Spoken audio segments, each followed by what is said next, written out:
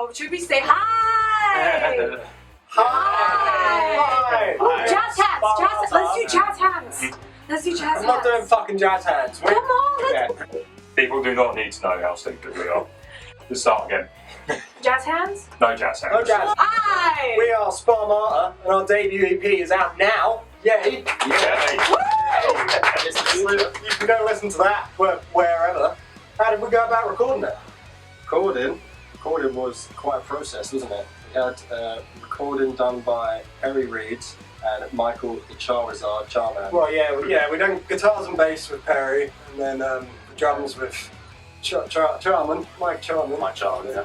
And then you did the vocals at your uni. I enjoyed recording the Perrys. It felt like we were recording, well, we weren't recording with Blake, but it was a good feel in the studio. Really it was a nice setup one to get the best performances of them. I liked it because it's like the first time we got to record using different amps and things like that to get different sounds and stuff. It was definitely a bit more fun than just sort of recording demos in your bedroom. That was definitely a point where it felt like we were bringing our sound together finally. Oh, and the name SPAR MARTA, it means nothing. It's a nonsense word. Pretty much the first thing we all agreed on as a band. So we decided to stick with it. It ended up spawning a pretty awesome logo that we all loved as well. I believe Ieva somehow came up with that on PowerPoint. I did. I used PowerPoint. She does more than sing.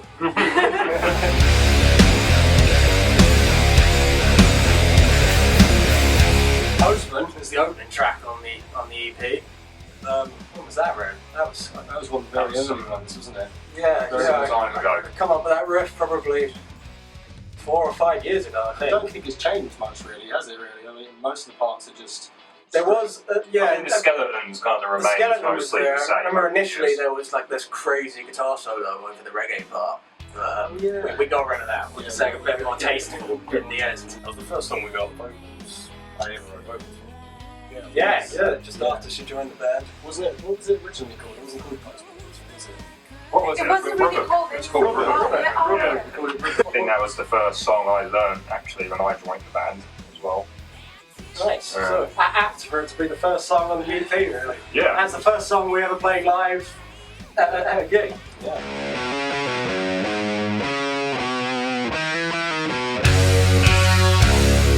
Next song is Let It Go, which was the first song we actually all wrote together. Well, us three at least. Us three, yeah. We always write our individual parts as well, but yeah, that was a song where we really sat down together and thought, what can we each bring to a song? And really, it does show each of our parts as well. You came up with like the actual riff, you came up with the breakdown part, and then I came up with the chorus part as well. And I actually got to put in a crazy guitar solo to that one. Yeah, that's my favourite one. That's good. It's like, chill, chill, chill, mental!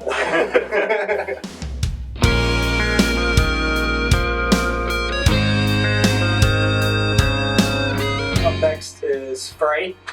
FREY, probably my personal favourite on the EP. Sort of cheesy ballad, which still manages to go heavy. Can't not go heavy. No, I think that whole heavy bit is one of the proudest things that I've written, I think. I don't really know where it came from. It's just a bit strange. It was, Were you teaching us in the park? The first time I learned it. Oh god, yeah, you did to the bike. I got this bit you need to learn. I'm not learning it now. I think that was one of the many parts you taught me that I wanted to scream and throw my guitar away several times learning It was tricky recording that middle bit because like, the time sync was just so weird. We couldn't quite figure out where the click tracks should lay. We got there in the end.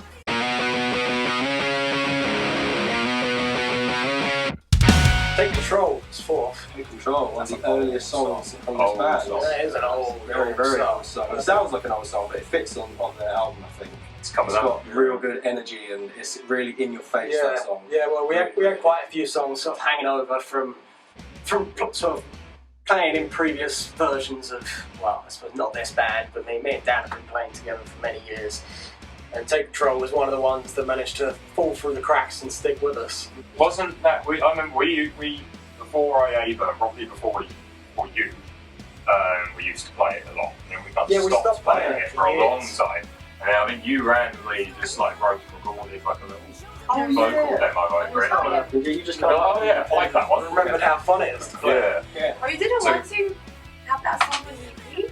No, we did play that one. Oh, Yeah, okay. forgot it was there. Kind of thing. And you wrote vocals. We used to play it. And we were like, okay. It's got a real sort of, it's quite bouncy, that song. It's Yeah, it gets the crowd going. It's a good one to play live, that one. yeah, always goes down really well live. I can't remember how I'm feeling. SYAND. My personal favourite. Absolutely love that song. It really just, I think that song shows us as songwriters more than any song, because it really builds to a certain point, and then we release the tension in a different way, and then we build back into that massive breakdown at the end, which is my favourite piece of music by us. Yeah, I remember when I first came up with that sort of chord progression for the intros and the verses, and then I was getting excited and carried away as a dude trying to finish the rest of the song. And Conor happened to be staying at my place that night.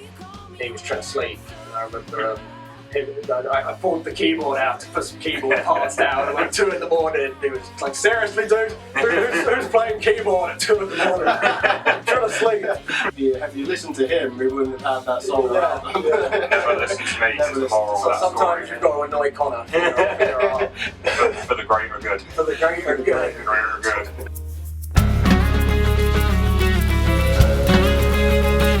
Closing up the EP, we've got Run. That's my personal favorite.